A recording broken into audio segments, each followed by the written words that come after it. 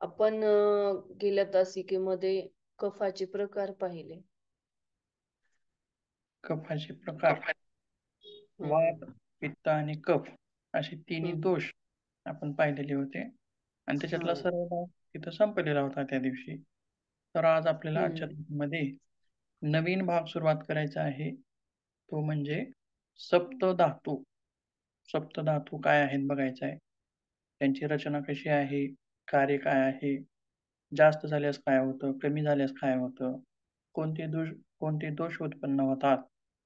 आणि त्यांचं संरक्षण कसं होतं? हे सगळं काही आज आपण पाहणार आहोत. बघा, ज्याप्रमाणे आपण काय म्हटलं, की हा जो देह आहे, मानवी शरीर जे आहे, ते कशापासून निर्माण झालेलं आहे? असं म्हटलं सुरुवातीला. त्रिदोषाच्या पूर्वी काय बघितलं होतं आपण? पंचतत्व. हां, आपलं शरीर कशानं बनलेलं आहे? पंचतत्वानं बनलेलं आहे. पंचतत्व म्हणजे त्यांचा सहसंबंध आपण कशाशी लावला? स्थायू, वायू, अग्नी म्हणजे सॉलिड, लिक्विड असा आपण त्याचा संबंध लावला किंवा गॅसेस. ह्या सप्तधातूंनी तर शरीर निर्माण झालेलंच आहे. त्याचसोबत त्यांना सहाय्य करणारे कोण होते? की त्रिदोष, वात, पित्त आणि कफ यांनी सुद्धा आपल्या शरीराची निर्मिती झालेली आहे. आणि आयुर्वेद इथंच थांबत नाही. तर आणखीन पुढे जाऊन काय म्हणतं, की सप्तधातूंनी सुद्धा शरीराची निर्मिती झालेली आहे. त्या शरीराला धारण केलेलं आहे. मग बघूया त्याचा सहसंबंध आपल्याला कशाशी लावता येईल?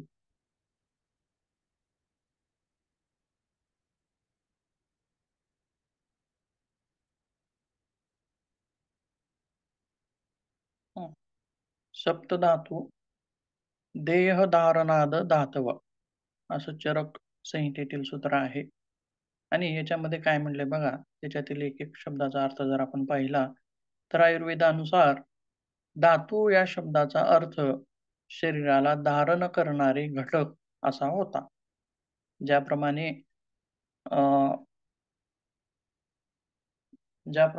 अ, हे जे होते कुठले पंचतत्व, त्याप्रमाणे सप्तधातू सुद्धा आपल्या शरीराला धारण करणारे घटक आहेत. म्हणजेच धातू शब्दातील द्र म्हणजे धारयती, धारयती या क्रियापदाचा अर्थ म्हणजेच धारण करणे किंवा पोषण करणे. बघा आणि त्यासोबत शरीरातील असे घटक जे शरीराला आधारभूत आहेत, त्या सर्वांचा समावेश आयुर्वेदामध्ये धातू या शब्दाच्या अंतर्गत केलेला आहे. जे शरीराला आधारभूत आहेत असं म्हटलेलं आहे. मग त्यावेळी आपण स्थूलमानानं वर्णन केलं होतं. जे काही शरीरामध्ये घट्ट अशा स्वरूपाचं आहे, त्याला काय आपण म्हणलं? कोणतं तत्व म्हणलं? पृथ्वी तत्व म्हणलं किंवा सॉलिड असं म्हणलं किंवा शरीरामध्ये जे काही पातळ आहे, त्याला आपण लिक्विड म्हणलं आणि त्यालाच जलतत्व म्हटलं आणि जे काही गॅसच्या स्वरूपात आहे, त्याला काय म्हटलं? कोणतं तत्व म्हटलं पंचतत्वापैकी? तर वायू तत्व म्हटलं. म्हणजे ते जे पंचतत्वांचं जे विश्लेषण होतं शरीराबाबतीतचं, ते कसं होतं? जे जाड आहेत, म्हणजे जे स्थूल आहेत ते एका बाजूला, जे पातळ आहेत एका बाजूला, जे गॅस आहेत एका बाजूला, असं होतं वर्णन. पण याच्यामध्ये आणखीन त्याच्या पुढे जाऊन शरीराला धारण करणारे घटक, त्यांचं विस्तृत वर्णन म्हणजे सप्तधातुमय वर्णन. आता बघा, आणखीन एक पुढं सूत्र आहे. ते सप्तधातू कोणकोणते आहेत मग? तर रस, मांस, मेदो, अस्थी, मज्जा, शुक्र आणि धातव अष्टांग हृदयातील सूत्र आहे. तर आयुर्वेद ग्रंथानुसार चरक संहिता असेल, अष्टांग हृदय असेल किंवा सुश्रुत संहिता असेल या सर्वांमध्येच तर एकूण किती धातू सांगितलेले आहेत? तर रस, रक्त, मांस, मेद, अस्थी, मज्जा आणि शुक्र हे 7 धातू सांगितलेले आहेत. आणि हे संख्येने 7 असल्या कारणाने यांना आपण काय म्हणतो? सप्त असं संबोधतो. म्हणजेच सप्तधातू असं म्हणून त्यांना संबोधतो. याचा सहसंबंध आपल्याला कशाशी लावता येईल? बघूया आपण एकदा वैज्ञानिक दृष्टिकोनातून. बघा, रस रसाचा संबंध आपल्याला कशाशी लावायचा आहे किंवा कशाशी सांगता येईल, तर आपण सिस्टम बघितल्या बघा वेगवेगळ्या. कोणकोणत्या सिस्टम बघितल्या? रक्ताभिसरण संस्था, अस्थी संस्था, मज्जा संस्था, स्नायू संस्था. या वेगवेगळ्या ज्या संस्था आहेत, त्यांचीच नावं म्हणजे हे सप्तधातू आहेत. त्यांचाच संबंध आपल्याला कोणाशी लावायचा आहे? त्या सप्तधातूशी लावायचा आहे. तर बघूया आपण एकदा. बघा, पहिल्यांदा आहार म्हणजे फूड, घेतलेलं अन्न. त्याच्यानंतर उत्तरेतर एकापासून एक, एकापासून एक अशी पुढे, पुढे, पुढे निर्मिती होत जाते. आणि त्याच्यामध्ये कशाचा सहसंबंध कशाशी लावण्यात आलेला आहे? तर रस या धातूचा संबंध प्लाझ्मा म्हणजे बघा आपल्या रक्तामध्ये वेगवेगळे घटक होते. लाल ह्या होत्या पेशी म्हणजे रेड ब्लड सेल्स होत्या, व्हाईट ब्लड सेल्स होत्या आणि प्लाझ्मा नावाचा भाग होता. तो 55% भाग होता आणि रक्तामध्येच होता तो. पण आपल्याला तो प्रत्यक्ष पाहिल्यास दिसत नाही. एक प्रक्रिया त्याच्यावरती केल्यानंतर तो प्लाझ्मा नावाचा द्रव बाजूला दिसतो. म्हणजेच अन्न रसापासून निर्मिलेला त्याला रस जो नाव आहे, तो काय आहे घटक प्लाझ्मा आहे असं सहसंबंध लावलेला आहे. रक्त म्हणजे ब्लड त्याच्याशी तेवढं काही सांगण्याची गरज नाही. मांस म्हणजे आता मांस धातू याचा सहसंबंध मसल सिस्टम्स याच्याशी लावता येतो किंवा मेद धातू जो आहे त्याचा सहसंबंध फॅट याच्याशी लावता येतो आणि अस्थींचा सहसंबंध कोणत्या संस्थेशी लावता येईल? अस्थी संस्थेशी लावता येतो.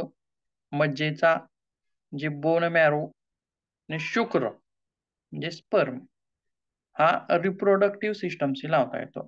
म्हणजे ज्याप्रमाणे वैज्ञानिक दृष्टिकोनातून वेगवेगळ्या संस्था आपल्या शरीराला धारण करतात, तसंच या संस्था हे धातू म्हणजे आयुर्वेदाने कित्येक 5,000 वर्षापूर्वी, 3,000 वर्षापूर्वी हे सगळं वर्णन अगोदरच सांगितलेलं आहे. फक्त सांगण्याची पद्धत थोडीशी वेगळी आहे. ठीक आहे. त्याच्यातला पहिला धातू आपण बघूया, सुरुवात करूया पहिल्या धातूची. तर पहिला जो धातू आहे, तो रस धातू आहे. मग या रस धातूची निर्मिती कशी होते? तर बघा, अन्नावर आता पहिल्यांदा अन्न हा मुख्य घटक आहे. पूर्ण शरीराला धारण करणारा कोण आहे? अन्न आहे. आलं लक्षात? अन्नाविना आपण जगू शकत नाही. मग पहिल्यांदा अन्नापासूनच सर्व गोष्टी आपल्या शरीरामध्ये निर्माण होतात. सर्वांची निर्मिती होते. म्हणून बघा, सुरुवातीला आपण अन्न घेतलं, मग या घेतलेल्या अन्नावर काय प्रक्रिया झाली? पाचक अग्नीची प्रक्रिया झाली. म्हणजे अग्नीद्वारे तो पचवला गेला म्हणजे डायजेस्टिव्ह सिस्टममध्ये त्याचं रूपांतर पचन केल्यानंतर त्याचं काय झाला? अन्नरस निर्माण झाला आणि अन्नरसापासून पुढे त्याचे 2 भाग होतात. हा जो अन्नरस तयार झाला, हा झालेला जशाचा तसा अन्नरस पूर्ण शरीरामध्ये शोषला जातो का हो?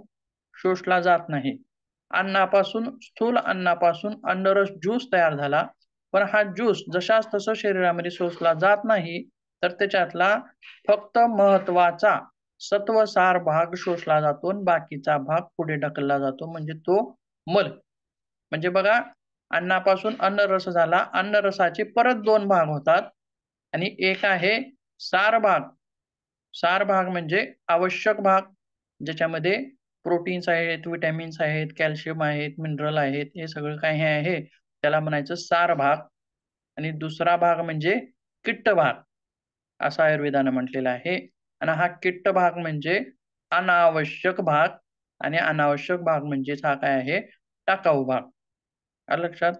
बघा, अन्नापासून अन्नरस, अन्नरसापासून त्याचे परत 2 भाग, एक सार भाग आणि एक किट्ट भाग असे 2 झाले आणि टाकाऊ भाग टाकून देण्यात येतो. सार भाग मध्ये शोषून घेतला जातो. म्हणजे बघा, आता इथं परत आपल्याला सायंटिफिक दृष्टिकोनातून जर बघितलं, तर रक्त होतं. रक्तामध्ये जो 55% प्लाझ्मा होता, तो प्लाझ्मा या प्लाझ्मामध्ये काय-काय होतं हो? सांगता येईल काही?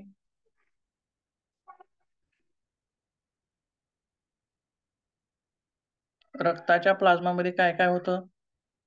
आपण पूर्वी पाहिलेलं आहे.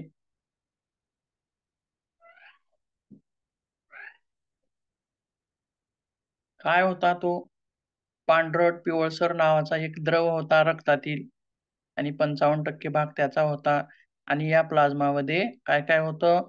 वॉटर होतं, म्हणजेच पाणी होतं, आयन्स होते, प्रोटीन्स होते, न्यूट्रिएंट्स होते, वेस्ट होते, गॅस होते म्हणजे ऑक्सिजन होता, कार्बन डायऑक्साईड होता, वेगवेगळे मिनरल्स होते, प्रोटीन्स होते, म्हणजे अन्नातून शोषून घेतलेले सर्व घटक होते.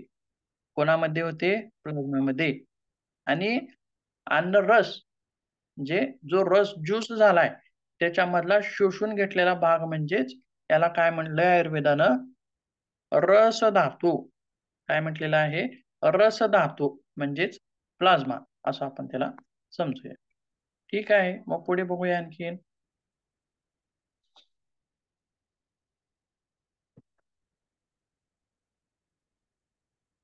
बघा आणि या सार भागावर पुन्हा धातुवागणीची प्रक्रिया होते. आता आता इथे एक लक्षात ठेवायचं, की एका धातूपासून एक, एका धातूपासून एक असे एक-एक पुन्हा निर्माण होणार आहेत. मग हा रस धातूवर पुन्हा प्रक्रिया होती. पुन्हा कोणाची प्रक्रिया होते? तर धातवाग्नीची प्रक्रिया होते. आता अग्नी हा सुद्धा भाग आहे तुम्हाला, जो अन्नाचं पचन करतो. त्याला पाचक अग्नी किंवा जठर अग्नी असं म्हणून संबोधलं जातं. आणि अन्नावर प्रक्रिया कोणाची झालेली होती सुरुवातीला? पाचक अग्नीची प्रक्रिया झालेली होती आणि त्याच्यापासून रस निर्माण झालेला होता. त्याचप्रमाणे या सार भागावर, या प्लाझ्मावर किंवा या रस धातूवर पुन्हा कोणाची क्रिया होते? धातू अग्नीची क्रिया होते. एकूण 13 प्रकारच्या अग्नी आहेत वेगवेगळ्या. त्या अग्नी पुन्हा पाहायच्यात आपल्याला. पण हा धातू अग्नी काय करतो? या धातू अग्नीची प्रक्रिया झाल्यानंतर परत त्याचे 2 भाग होतात आणि कोणाचे 2 भाग झाले मग आता इथं? या रस धातूचे 2 भाग झाले. रस धातूचे 2 भाग झाले. मग एक भाग जो आहे, तो काय? सर्व शरीरभर पसरत असतो. सर्व शरीरभर फिरत असतो. रक्ताच्या माध्यमातून फिरत असतो आणि सर्व शरीराला पोषण देण्याचं कार्य करत असतो. म्हणजे एक वाहकाप्रमाणे याची क्रिया आहे. याच्यामध्ये सर्व घटक आहेत आणि हा जिथं-जिथं जाईल, ज्या-ज्या शरीराच्या भागामध्ये जाईल, तिथं-तिथं जे आवश्यक घटक आहे, कुठं ऑक्सिजन आवश्यक आहे, कुठं पाणी आवश्यक आहे, कुठं कॅल्शियम आवश्यक आहे, कुठं प्रोटीन आवश्यक आहे, ते भाग शरीरातल्या त्या भागामध्ये पुन्हा परत तिथं शोषून घेतले जातात. पण आयुर्वेद म्हणतं, की या रस धातूपासून परत 2 भाग होतात. म्हणजे एक भाग पोषणासाठी राहतो. शरीर पोषणासाठी सर्व शरीरभर फिरतो आणि दुसरा भाग हा पुढच्या धातूच्या निर्मितीसाठी पुढे पाठवला जातो. लक्षात आलं आता? 2 भाग काय झाले? कुठून झाले 2 भाग? पहिला अन्नरस. अन्नरसाचे 2 भाग. एक आवश्यक सार भाग आणि दुसरा अनावश्यक किट्ट भाग. किट्ट भाग टाकून दिला. सार भाग. सार भागावर धातू अग्नीची क्रिया झाली आणि त्याच्यातून परत 2 भाग झाले. म्हणजे एक रस धातू साठी पूर्ण शरीरभर फिरला आणि दुसरा हा पुढच्या धातूच्या निर्मितीसाठी पुढे पाठवला गेला. ठीक आहे, आलं लक्षात? मग आणखीन आता जो पुढचा पॉइंट आहे बघा काय म्हटलंय? रस हा आहाराचे सर्वात सूक्ष्म रूप आहे. आलं लक्षात? आता बघा, आपण तोंडामध्ये जो अन्नघास चघळतो किंवा त्याची बारीक तुकडीकरण करतो, ते ज्यूस प्रमाणे झालेले असतात का हो? ज्यूस प्रमाणे झालेले नसतात. काही थोडेसे आणखीन तसेच राहतात ते. पण जठरात गेल्यानंतर त्याचं रूपांतर ज्यूसमध्ये होतं. परंतु तो ज्यूस सुद्धा शोषून घेण्याच्या लायकीचा नाही. म्हणजे शोषून घेण्याच्या योग्य नाही. मग परत त्याचा सूक्ष्म भाग झाला, म्हणजे कोणता भाग झाला? सार भाग झाला. आलं लक्षात? म्हणजे अन्नापासून अन्न, अन्नरस आणि त्याच्यापासून रसधातू. म्हणजे हा रसधातू अन्नाचा सर्वात शेवटचा आणि सर्वात सूक्ष्म भाग आहे, असं म्हटलेलं आहे. त्यासोबत व्यानवायूच्या साहाय्याने रसधातू हा पूर्ण शरीरभर पुरवला जातो, असं म्हटलेलं आहे. म्हणजे याला पुढे ढकलण्याची जी क्रिया आहे किंवा हा स्वतः पुढे फिरत नाही, तर तो रक्तामार्फत शरीरामध्ये फिरतो आणि पूर्ण शरीरभर फिरवण्याचं कार्य हे व्यानवायूचं आहे, असं सुद्धा ग्रंथांमध्ये म्हटलेलं आहे. त्यासोबत आता आणखीन एक महत्त्वाचा मुद्दा आहे, तो म्हणजे काय? धातूंची गुणवत्ता शरीरात उत्तम असेल, म्हणजे बघा, ज्याप्रमाणे आपण वात, पित्त, कफ बघितले, ते वात जास्त झाला तरी रोग निर्माण करतो, कमी झाला तरी रोग निर्माण करतो, पण सम अवस्थेत असेल तर तो योग्य आहे, असं आपण म्हटले होतं. त्याचप्रमाणे धातू सुद्धा जास्त झाला तरी रोग निर्माण करतो, कमी झाला तरी रोग निर्माण करतो, परंतु जर तो योग्य अवस्थेत असेल, तर त्याला धातुसारता म्हणून ओळखलं जातं. योग्य असणाऱ्या गोष्टीला, योग्य असणाऱ्या धातूला धातुसारता असं म्हणून ओळखलं जातं. म्हणजे ज्याच्यात कमी पण नाही आणि जास्त पण नाही. म्हणून याच्यामध्ये पुढे काय म्हटलंय आणखीन, धातू सम असणे गरजेचे आहे. आणि धातू विषम म्हणजेच कमी किंवा जास्त जर अवस्थेत असेल, तर तो दोष निर्माण करतो. आताच आपण म्हटलंय. म्हणून त्यांना दुष्य असं संबोधलेलं आहे. बघा, आता या धातूंनाच हे जे सप्तधातू आहेत, त्यांनाच जर ते विकृत अवस्थेत गेले, ते विषम अवस्थेत गेले, कमी झाले किंवा जास्त झाले, तर दोष उत्पन्न करतात. म्हणून त्यांना दुष्य अशी सुद्धा संज्ञा दिलेली आहे. सप्तधातू योग्य अवस्थेत असतील तर त्यांना धातू म्हणायचं, तर विषम अवस्थेत झाले, विकृत झाले तर त्यांना सप्तदुष्य असं सुद्धा आपण त्याला म्हणू शकतो. परंतु सातीच्या साती धातू दुष्य होत नाहीत एकदाच. एकदा झाला तरी कोणता तरी मास धातू दुष्य होईल, कोणता तरी रस धातू दुष्य होईल, जे कमी जास्त प्रमाणामध्ये. सर्वच्या सर्व कमी आणि सर्वच्या सर्व जास्त असे होत नसतात. त्यासोबत रसाची जर निर्मिती योग्य झाली, तरच पुढच्या धातूची निर्मिती योग्य होते. तरच म्हणजे रसाची योग्य निर्मिती झाली, तरच रक्त धातूची निर्मिती योग्य होते. रक्त धातू चांगला निर्माण झाला, तरच मांस धातू निर्माण होतो. मांस धातू चांगला निर्माण झाला, तरच मेद धातू निर्माण होतो. म्हणजेच ह्या ज्या पायऱ्या आहेत किंवा हे सर्व एकमेकावरती आधारित आहेत. एक चांगला असेल तर दुसरा चांगला, दुसरा चांगला असेल तर तिसरा चांगला, तिसरा चांगला असेल तर पाचवा चांगला, असं आहे. आणि रस धातू जर क्षीण असेल, आपल्या शरीरामध्ये रस धातूचीच जर निर्मिती व्यवस्थित होत नसेल, तर पुढच्या 6 धातूंची निर्मिती चांगली होईल का? होणारच नाही. रस धातू क्षीण असेल तर पुढचे धातू बलिष्ठ कसे राहतील? म्हणजे अगोदर सर्वात महत्त्वाचं रस धातू उत्तम असणं गरजेचं आहे. त्याच्यापासूनच पुढच्या एक-एक पायऱ्या पुढे गेलेल्या आहेत. त्यासोबत रस धातू मग कशापासून निर्माण होतोय तो? ते पण पाहणं गरजेचं आहे. म्हणजे धातू अग्नीपासून होतो, जठर अग्नीपासून निर्माण होतो, आहारापासून होतो. म्हणजे आहाराचं उत्तम पचन होणं गरजेचं आहे. आणि आहार उत्तमरित्या कसा पचलाय, हे आपण आहार भागामध्ये पाहिलेलं आहे. म्हणजे बद्धकोष्ठता असेल, अजीर्ण असेल, अशा जर गोष्टी असतील, तर रसधातूच व्यवस्थित निर्माण होणार नाही.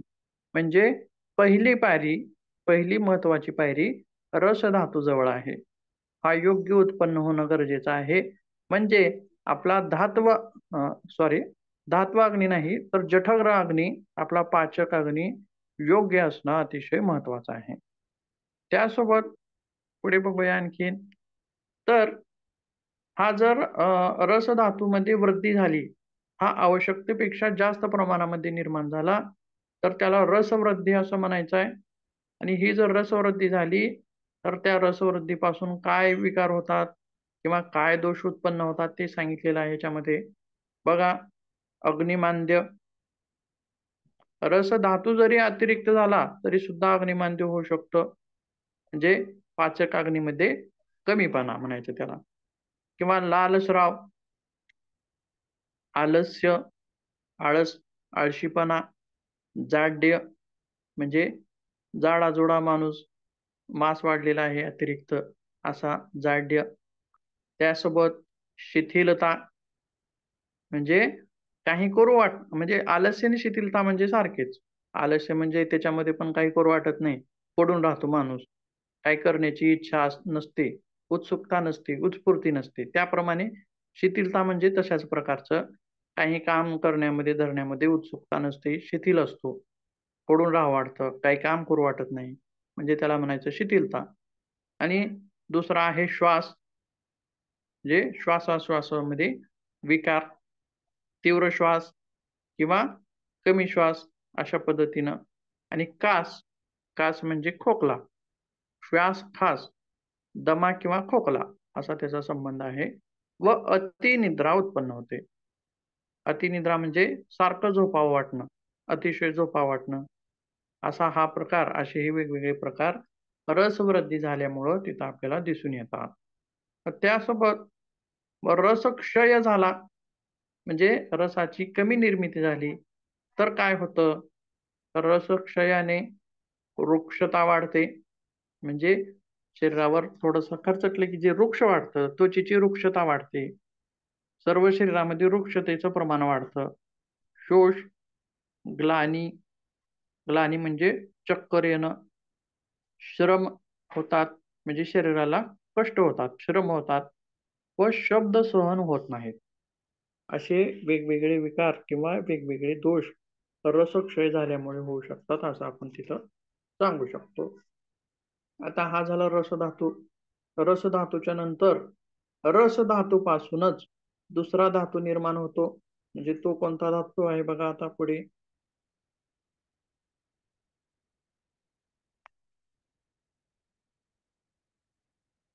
रक्तधातू.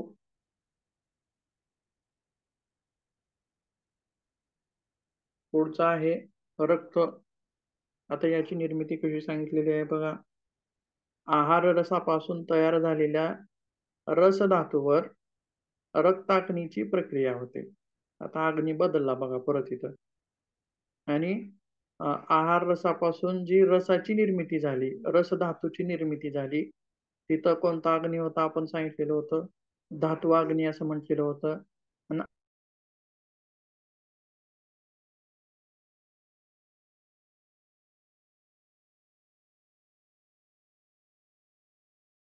अन्नपचन जो केला त्याला काय म्हटलं होतं बघा. इथं काय म्हटलेलं आहे? अरक्त अग्नीची प्रक्रिया होते. म्हणजे आता हा कोणता भाग आला व रसाचा? रसधातूचा कोणता भाग आला? एक भाग होता तो सर्व शरीरभर फिरत होता, आणि दुसरा एक भाग होता तो पुढच्या धातूच्या निर्मितीसाठी जाणार होता, असं आपण तिथं म्हटलं.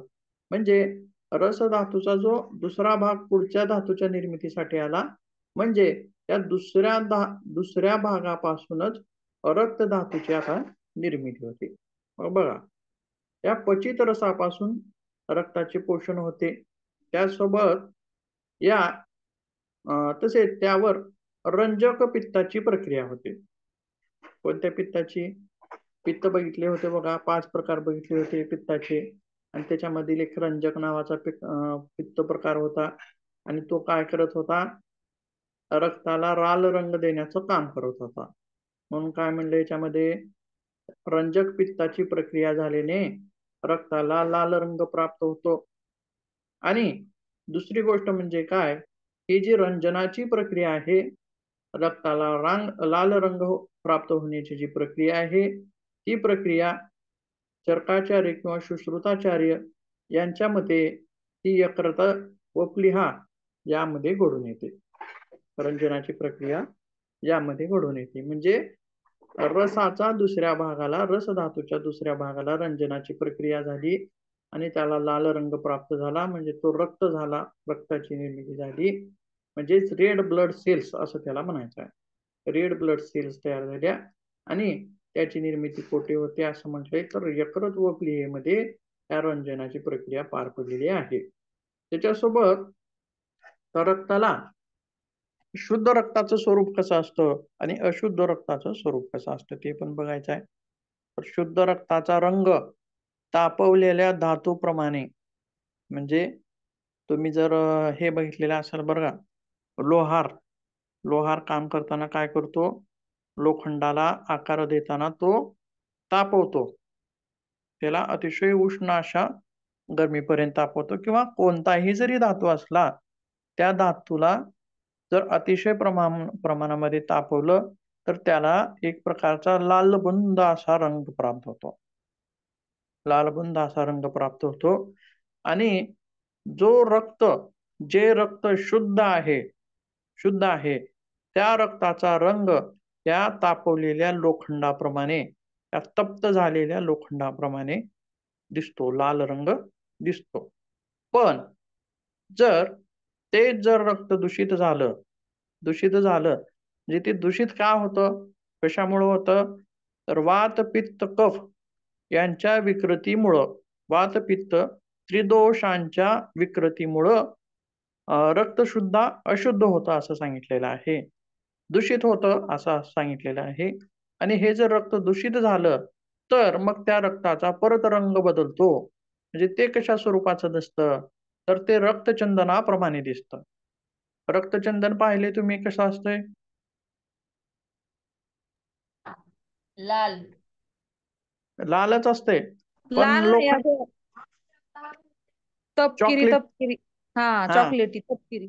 चॉकलेटी कलरमध्ये असते बघा, ब्राउन कलरमध्ये.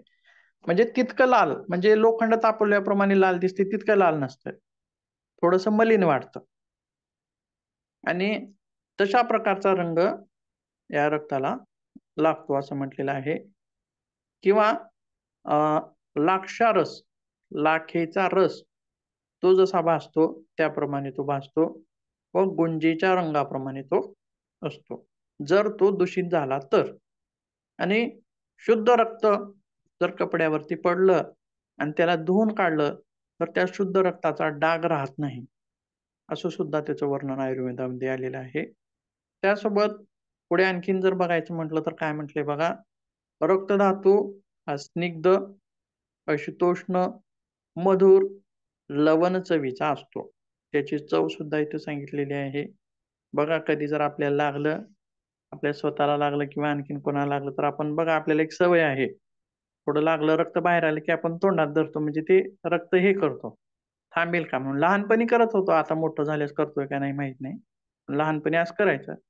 त्यावेळी रक्ताची चव कशी असेल तुम्हाला सुद्धा जाणवलेली असेल आणि ती मधुर असते, लवण असते, जी थोडीशी खरट अशा स्वरूपाची तिची चव असते. परंतु रक्त थंड राहत नाही, उष्ण राहत असतं.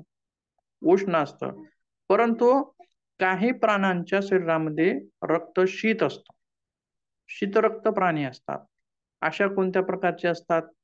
तर साप म्हणा किंवा असे काही प्राणी आहेत, त्यांना हात लावला की त्यांचं अंग असं थंडगार लागतं बघा. अशा स्वरूपाचे. बेंडूक असेल किंवा अंगाला थंड लागलं की आपण पटकन पाय बाजूला घेतो म्हणजे काहीतरी असेल. मग त्याचं उदाहरण एक म्हणजे आपण तिथं सापाचं उदाहरण देऊ शकतो. शीतरक्ताचा आहे तो. थंड रक्त असतं त्याचं. परंतु मानवाचं जे शरीर आहे, ते शरीर त्या शरीराला जर हात लावला, तर ते थोडंसं उष्ण असतं. अतिशय उष्ण झालं तर मग त्याला ताप आली म्हणायचं. परंतु साधारण उष्ण असेल तर ते ठीक आहे, कारण त्या रक्ताचा गुणच तसा आहे.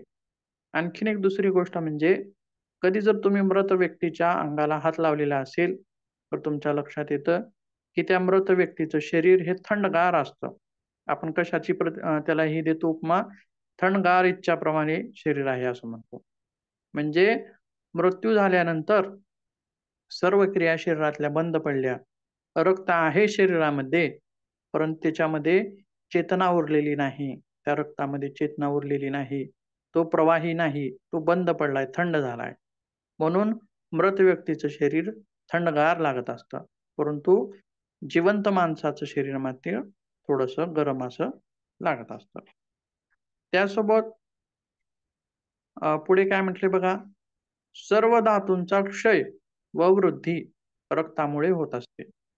म्हणजे एकेका आता जसं-जसं आपण पुढे जाऊ, रस धातूच्या योग्यतेमुळं रक्त झाला. म्हणजे रसावरती अवलंबून पुढले 6 घटक, पुढले 6 धातू. मग आता आता रस योग्य झालाय. मग योग्य झालेल्या रसापासून रक्त योग्य झाला. पण रक्त जर योग्य झाला नाही, 2च पायऱ्या व्यवस्थित झाल्या. समजा रसधातूची एक पायरी चांगली झाली, रक्तधातूची एक पायरी चांगली झाली.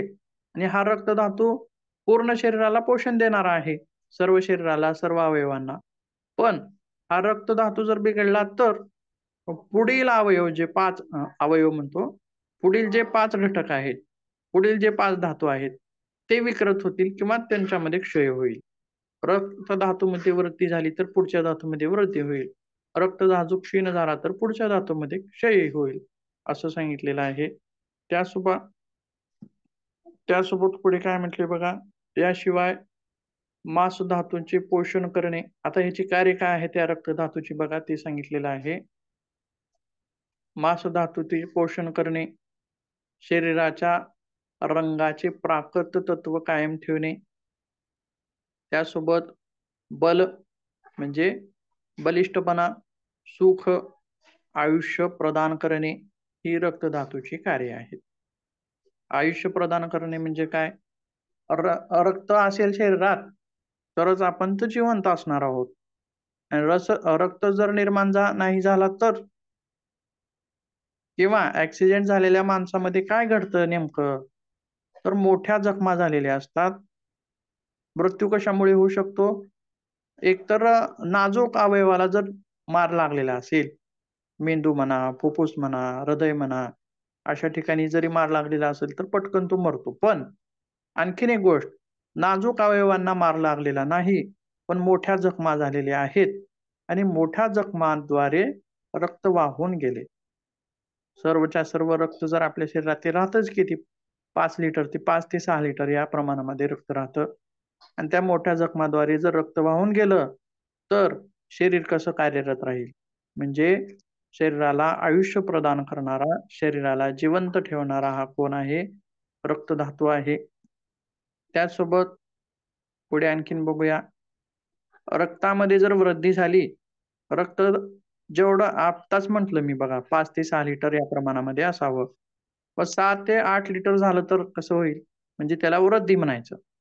तितकंसं होत नाही, पण योग्यतेपेक्षा प्रमाणापेक्षा जास्त झालं तर त्याला रक्तवृद्धी म्हणायचं आणि ही जर रक्तवृद्धी झाली, तर मग काय त्या लक्षणं दिसतात शरीरामध्ये? रक्ताधिक्याने विसर्प. विसर्प म्हणजे हा एक त्वचेचा विकार आहे. त्वचेचा विकार आहे.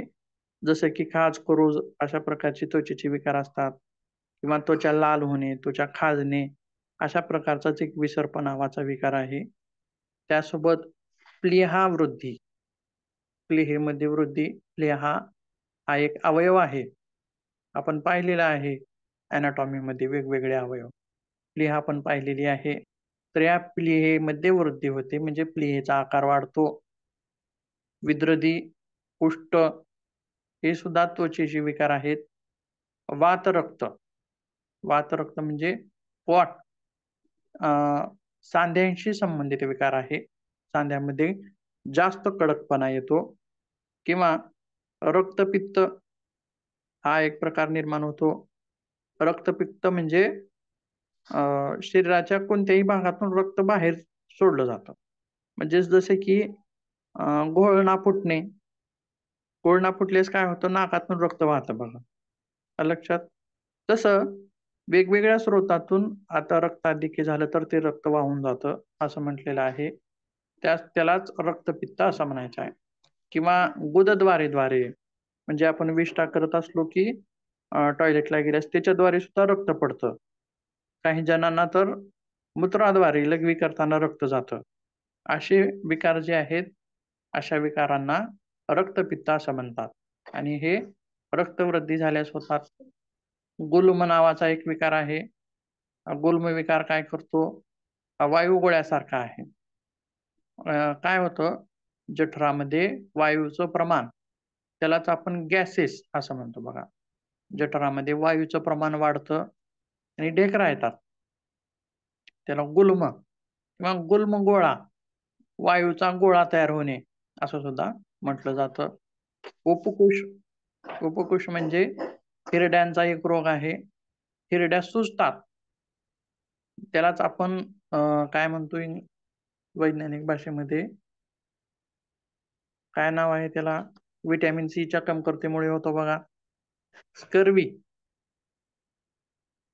आणि त्याच्यामध्ये हिरड्या सुजतात. मोठ्या मोठ्या होत्या हिरडा. त्याला म्हणायचं उपकोष किंवा कावीळ, वांग. वांग येण्याचा प्रकार सुद्धा रक्तवृद्धीमुळे होतं किंवा अग्निमांद्य, याच्यामुळे सुद्धा अग्निमंद्य होऊ शकतं.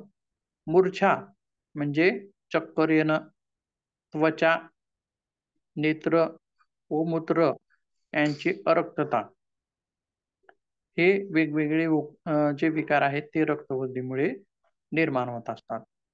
त्याच सोबत पुढे आणखीन रक्तक्षय जर झाला, म्हणजे रक्त योग्य प्रमाणामध्ये न बनता कमी प्रमाणामध्ये बनलं, तर त्याच्यामुळं काय काय होतात, रक्तक्षयाने आंबट थंड पदार्थाची वासना होते, शिरा शिथिल होतात, अंग रुक्ष होते. आपल्या शिरांची म्हणजे धमन्या शिरा ज्या आपण पाहिल्या रक्त संस्थेमध्ये, त्यांची सुद्धा एक तन्यता असते त्यांच्यामध्ये. म्हणजे ताणून धरलेला धागा आणि ताणून न धरलेला धागा याच्यामध्ये फरक दिसतो बघा आपल्याला.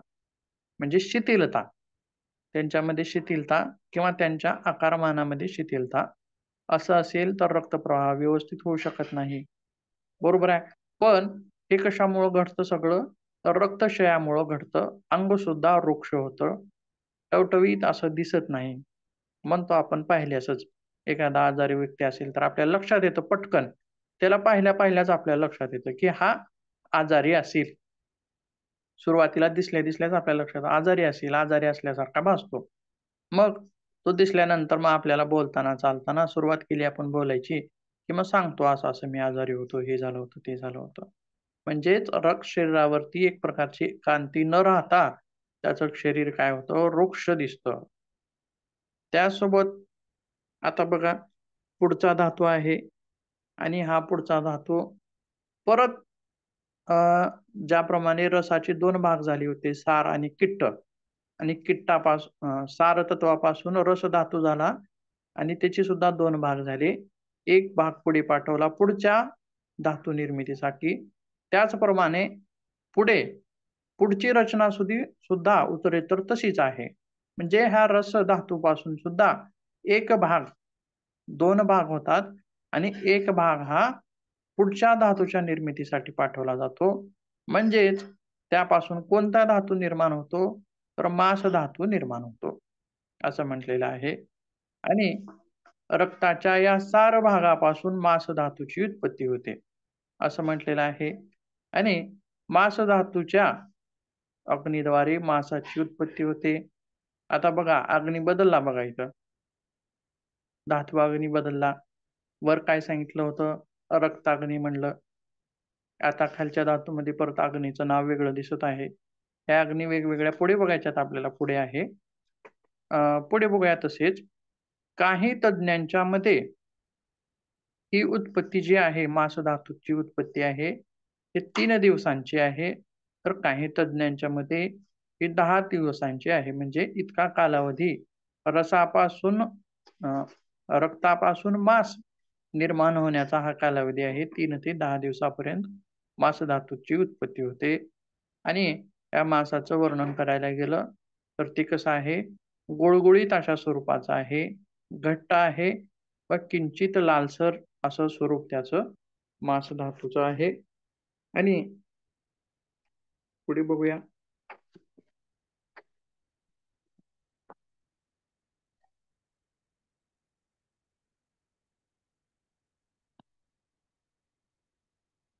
मांसधातूची जर निर्मिती जास्त झाली तर काय होतं?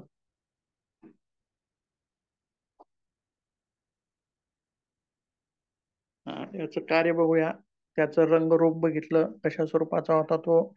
गुळगुळीत होता, थोडासा लालसर होता आणि घट्ट म्हणजे हा होता. स्थायू अवस्था कशी आहे? स्थायू म्हणजे सॉलिड अवस्था. कोणतं तत्व झालं मग ते? पृथ्वी तत्व. आणि वात, पित्त, कफामध्ये सुद्धा सहसंबंध त्यांचा कोणाचा होता? की पंचतत्वांचा होता. त्याप्रमाणे धातूमध्ये सुद्धा अ, या 5 तत्वापैकी एक तत्व प्रधान असतं त्याच्यामध्ये. मग त्या मास धातूमध्ये कोणतं तत्व प्रधान असेल म्हणता येईल? पृथ्वी तत्व. प्रधान असेल असं म्हणता येईल, कारण हा सॉलिड आहे. त्यासोबत याचं कार्य काय आहे, तर अवयवांवरती लेप करणे, शरीर पुष्ट ठेवणे किंवा अवयव म्हटलं तर अस्थी, हाडे यांच्यावरती लेप करणे आणि अवयव जे आहेत, हृदय आहे, फुफ्फुस आहे, लहान आतडं, मोठं आतडं यांच्यावरती सुद्धा सुरुवातीला कशाची पिशवी आहे? फ्रंट सगळ्यात अगोदर कशाची पिशवी आहे? स्किनची आहे, त्वचेची पिशवी आहे. मग त्याच्यानंतर मांसाची पिशवी आहे आणि त्या मांसाच्या नंतर मग त्याच्यामध्ये अवयव ठेवलेले आहेत किंवा हाडं ठेवलेली आहेत. असं म्हणजे शरीराला लिंपन करणं, लेप करण्याचं काम या मांसधातूचं आहे आणि शरीराला पुष्ट ठेवण्याचं काम सुद्धा त्या मांसधातूचं आहे. असं वेगवेगळी कार्य त्याची आहेत. शरीराची हालचाल निर्माण करणं, शरीरामध्ये पुष्टी असणं, बल असणं, या गोष्टी. आता बघा आपण अस्थिसंस्था पाहताना बघितलं होतं, की हाडे एकमेकाला कशी जुळलेली असतात. पण जर नुसता हाडांचा सापळाच म्हणून जर शरीर असलं असतं, तर ते हललं नसतं, आहे त्या ठिकाणी राहिलं असतं. परंतु त्या हाडाच्या सापळ्याला हलवण्याचं काम हे कोण करत होतं? स्नायू संस्था करत होती. म्हणून या स्नायूंचं काम काय आहे? या मांसाचं काम काय आहे? तर तिथं आपण स्नायू संस्था असं म्हटलं. म्हणजेच मसल सिस्टम असं इंग्रजी म्हटलं. म्हणजे धातूमध्ये काय भाग आला मग तो? कोणता भाग आला? तर मांस धातू हा भाग आला. फक्त नावं वेगळी आहेत. संकल्पना वेगवेगळ्या आहेत. परंतु सांगायचा उद्देश एकच आहे. म्हणजेच पुढे आणखीन काय आहे बघा. मांससार व्यक्ती म्हणजे काय? ज्या व्यक्तीमध्ये मांस या धातूची निर्मिती योग्य प्रमाणामध्ये झालेली आहे, त्याला मांसाहार व्यक्ती म्हणायचं. आणि या अशा व्यक्तीमध्ये त्याचे सर्व अवयव छिद्रविरहित, चांगले, परिपुष्ट तसेच असा व्यक्ती दिसायला सुरेख, सुंदर दिसतो. कानशीळ, कपाळ, डोळे, हनुवटी, मान, खांदे, पोट, छाती आता हे आता बघा मांसधातूची निर्मिती चांगली झालेली असेल तर गुटगुटीत अशा स्वरूपाचा तो माणूस दिसतो. क्रश दिसत नाही म्हणजे हटकुळा दिसत नाही आणि अति लठ्ठही नाही बरं का. अति लठ्ठपणा तो कशामुळे जातो मग कशामध्ये जातो? मांसवृद्धीमध्ये जातो. तो पुढे बघायचा आपल्याला भाग. परंतु योग्य मांस आहे तो गुटगुटीत अशा स्वरूपाचा पिळदार शरीर, बलिष्ठ शरीर असं त्याचं दिसतं. त्यासोबत त्याच्या हातापायाचे सांधे मजबूत असतात, घट्ट असतात आणि दिसायला सुंदर आणि बहारदार असतात. असा व्यक्ती कसा असतो? दिसायला सुंदर आणि बहारदार दिसतो. तरच व्यक्ती चांगला दिसतो का हो? हटकुळा दिसत नाही. किंवा लठ्ठ तो पण चांगला दिसत नाही. तर जो मध्यम प्रमाणामध्ये आहे तो बहारदार आणि सुंदर दिसतो असा आपला समाज म्हणत असतो. त्यासोबत मांसवृद्धी हा पुढचा विषय आहे. मांसवृद्धी म्हणजे योग्य प्रमाणामध्ये मांसाची निर्मिती न होता अधिक प्रमाणामध्ये मांसाची निर्मिती झाली तर त्याला मांसवृद्धी म्हणायचं. मग याच्यामुळं काय विकार उत्पन्न होतात? तर गंडमाळा म्हणजे गळ्याच्या खालचा जो भाग आहे तो सुजतो, मोठा होतो. तिथं मांसाची वृद्धी होते. अर्बुद, अर्बुद म्हणजे गाठी. काही लोकांच्या आता गाठी निर्माण होतात कुठेही. छातीवर, पोटावर, पाठीवर. गाठीचे प्रकार सुद्धा 2 असतात. एक असते कॅन्सरची गाठ, दुसरी असते सामान्य गाठ. कॅन्सरस गाठ वेगळी असते, परंतु काही व्यक्तींच्या शरीरावर गाठी उठतात, कुठेही उठतात.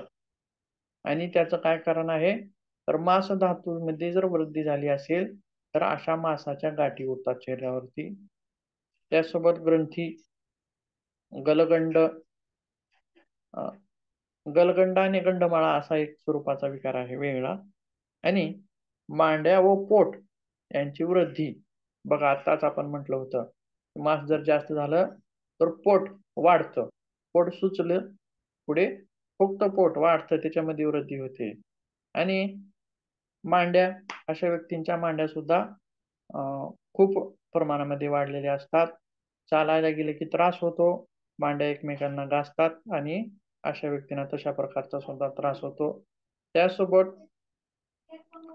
कंठादी स्थानामध्ये अधिमांस रोग हे वेगवेगळे अशा प्रकारचे रोग उत्पन्न होतात.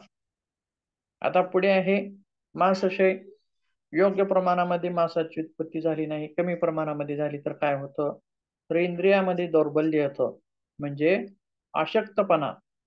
आपण म्हणतो की काय बसायला येणार, उठायला येणार, बोलायला येणार, इतका अशक्तपणा आलाय, म्हणजे इंद्रिय दौर्बल्य म्हणायचं त्याला. हे कशामुळे होत असतं, मासक्षयामुळे होत असतं. याची कारणं वेगवेगळी असतात. शरीरामध्ये अशक्तपणा येण्याची कार्य वेगवेगळी असतात. प्रोटीन्स कमी पडले, विटॅमिन्स कमी पडले, मिनरल्स कमी पडले तरी सुद्धा अशक्तपणा येतो. परंतु ह्या एकाच कारणामुळे अशक्तपणा येतो किंवा या अशक्तपणा आलं की हेच कारण आहे असं नसतं. तर वेगवेगळ्या गोष्टी त्याला कारणीभूत असतात. परंतु एक कारण हेही असू शकतं, म्हणजे कोणतं, मासक्षय जर झाला तर इंद्रिय दौर्बल्य येतं. इंद्रिय व्यवस्थित काम करू शकत नाहीत, एवढी सुद्धा त्यांच्यामध्ये ताकद उरत नाही. त्यासोबत गाल व पृष्ठभाग यांची क्रशता उत्पन्न होते. गाल हाडांना चिटकून गेलेले राहतात. जसे की म्हाताऱ्याचे गाल दिसतात बघा, किंवा आपण सहजच म्हणतो एखादा व्यक्ती क्रश असेल, हटकुळा असेल तर त्याला काय म्हणतो आपण, काय म्हाताऱ्यागत दिसायला लागलाय बघ म्हणतो. म्हणजे त्याच्यामध्ये मांसधातूची निर्मिती चांगली झालेली नाही. त्यासोबत क्रशता उत्पन्न होते, जे हटकुळा होतो व सांधे दुखायला लागतात. त्याची सुद्धा सांधे दुखतात. असं मासक्षयामुळे हे विकार आपल्याला तिथं जाणवून येतात. आता त्याच्या पुढचा एक भाग आहे, या मांस धातूलाच आपण मसल सिस्टम असं म्हणायचं बरं का, तुमच्या लक्षात येण्यासाठी. लक्षात येतं पटकन. काही काही वेळेस असं होतं की मराठी बोललो तर लक्षात येत नाही, पण इंग्रजी मधलं नाव सांगितलं की पटकन लक्षात येतं. त्याप्रमाणे असो. परंतु आता याच्या पुढचा जो धातू आहे त्याची निर्मिती कशी होते, पुढचा भाग आहे मेद, आणि मांसाच्या मांस धातूच्या सार भागापासून मेद धातूची निर्मिती होते. मग मेद हा काय आहे, कसलं स्वरूप आहे, तर हे फॅट आहे. आपल्या शरीरामध्ये जे फॅट असतं, सुरुवातीला बघा, सुरुवातीला त्वचेची पिशवी म्हटलं आपण, त्याच्यानंतर मांसाची पिशवी, त्याच्यानंतर मध्ये काय आहे, फॅट चरबीची पिशवी असते, एकाखाली एक असतात ह्या. आणि आयुर्वेदानुसार प्रत्येक धातूपासून पोषक भाग आणि त्याज्य भाग तयार होतात, आणि पोषक भागापासून मांस धातूची निर्मिती होते, म्हणजेच मेदाची सुद्धा निर्मिती होते. तर शरीरामध्ये फॅट असणं गरजेचं आहे का नाही, आवश्यक आहे का, फॅट असावं का शरीरात?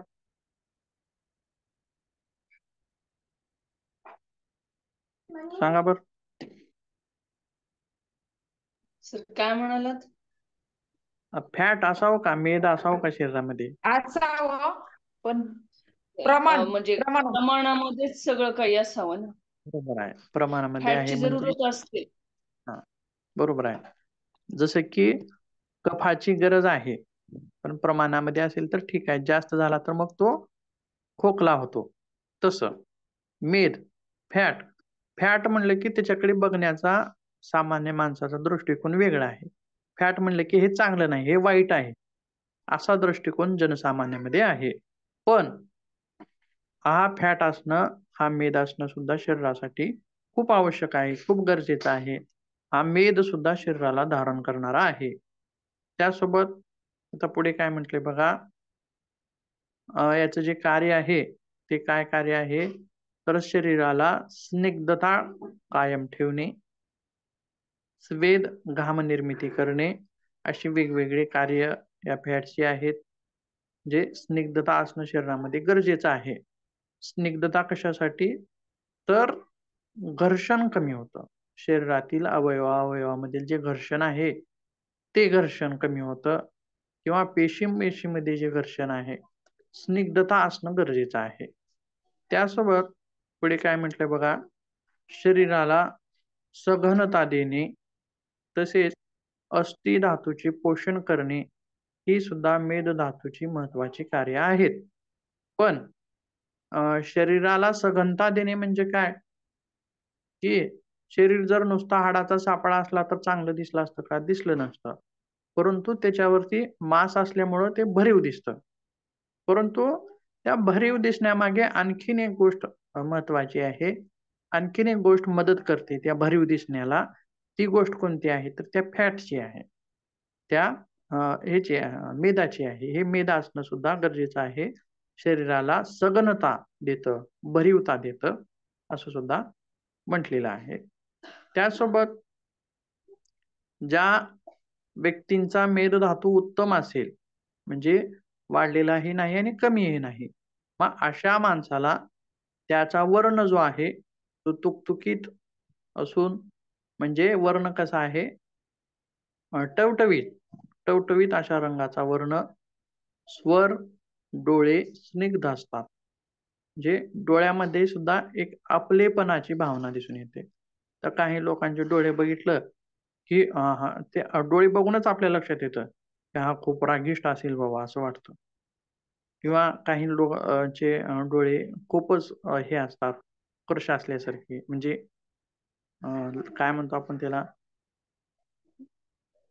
छोटे छोटे असतात, म्हणजे उत्स्फूर्तता दिसत नाही त्याच्यामध्ये असं आपल्याला लक्षात येतं. परंतु डोळ्यामध्ये स्निग्धता असते यांच्या. त्यासोबत स्वर म्हणजे आवाज चांगला असतो, मधुर असतो.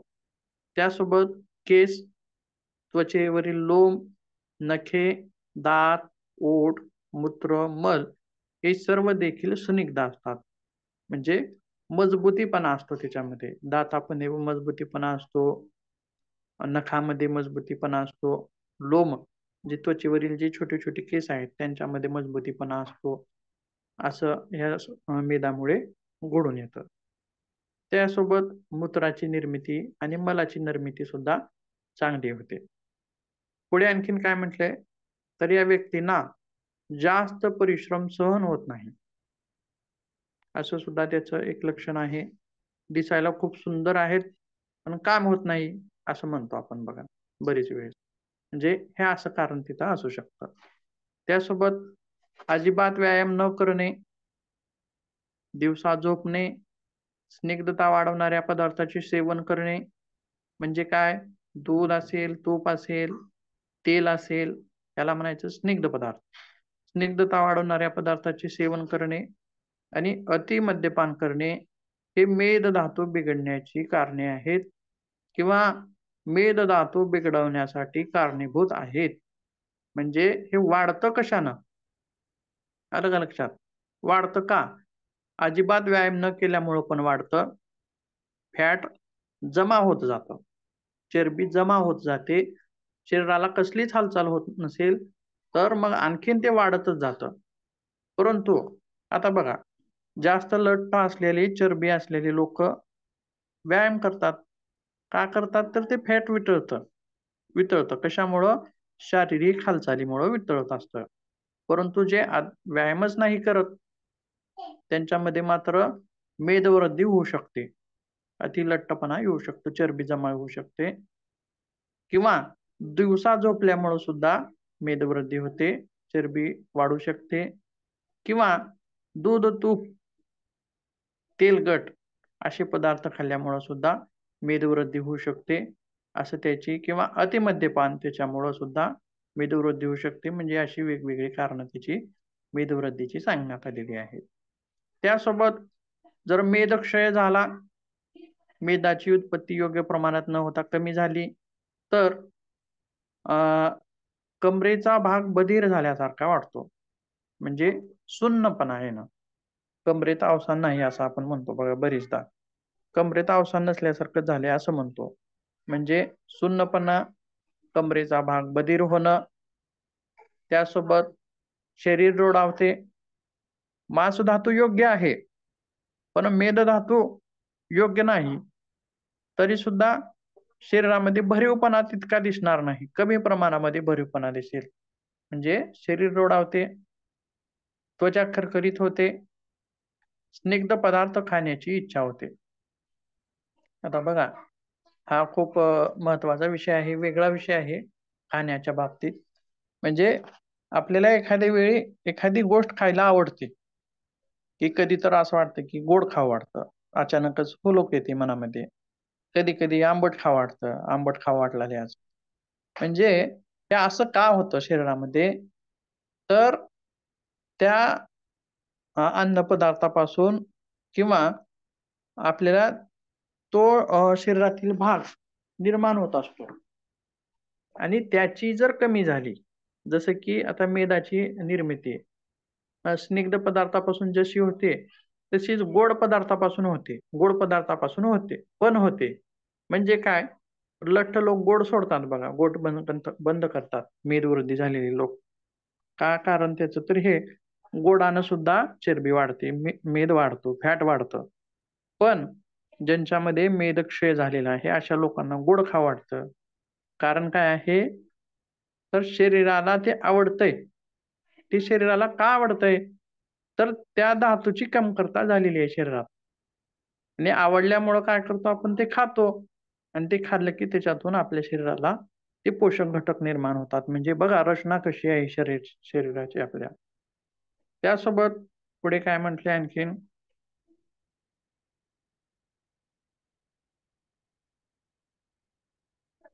हा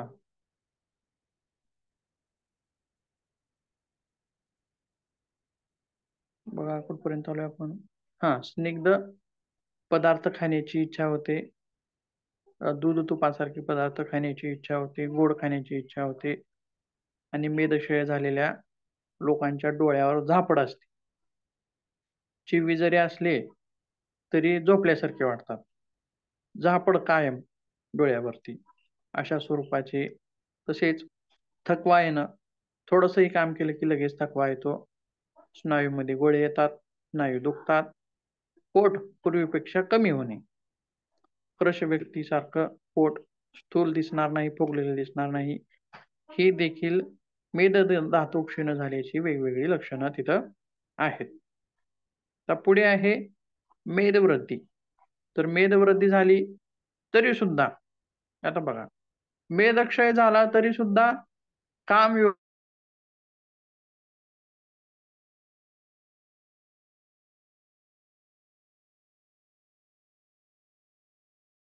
व्यवस्थित होत नाही त्या व्यक्तीला.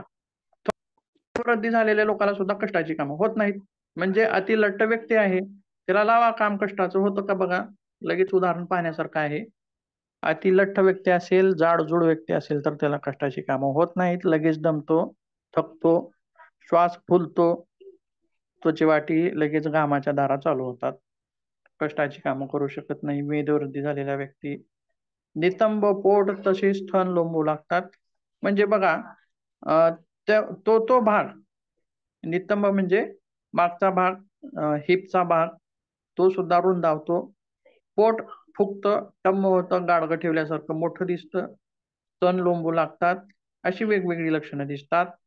त्याचप्रमाणे संपूर्ण शरीराला एक प्रकारची दुर्गंध येऊ शकते. म्हणजे कसं, ही दुर्गंध कशामार्फत येत असते, तर त्याच्या घामामार्फत येत असते. दुर्गंध पण येऊ शकतो आणि मेदधातूत विकृती निर्माण झाल्यास लठ्ठपणा, मधुमेह अशी वेगवेगळे विकार जडतात. आता हा लठ्ठपणा आहे, हा कशाशी संबंधित विकार आहे, कफाशी संबंधित आहे. कफदोष प्रकोपित झाला की लठ्ठपणा येतो, कफदोष वाढला की लठ्ठपणा येतो. मधुमेह हा सुद्धा कफाशी संबंधित आहे. असे वेगवेगळे विकार तिथं उद्भवतात. एकावर एक अवलंबून असलेले घटक असतात. पंचधातू म्हणा किंवा त्रिदोष म्हणा किंवा पंचतत्व, त्रिदोष, सप्तधातू हे एकमेकावर आधारलेले असतात, आधारित असतात. एकमेकांमध्ये काहीतरी गडबड झाली की दुसऱ्यामध्ये बी गडबड व्हायला सुरुवात होते. अशा पद्धतीनं आपला मेदधातू इथं आज संपतो. बाकीचा जो भाग आहे तो उद्याच्या तासामध्ये बघूया आपण. याच्यामध्ये काय अडचण असेल तर विचारू शकतो.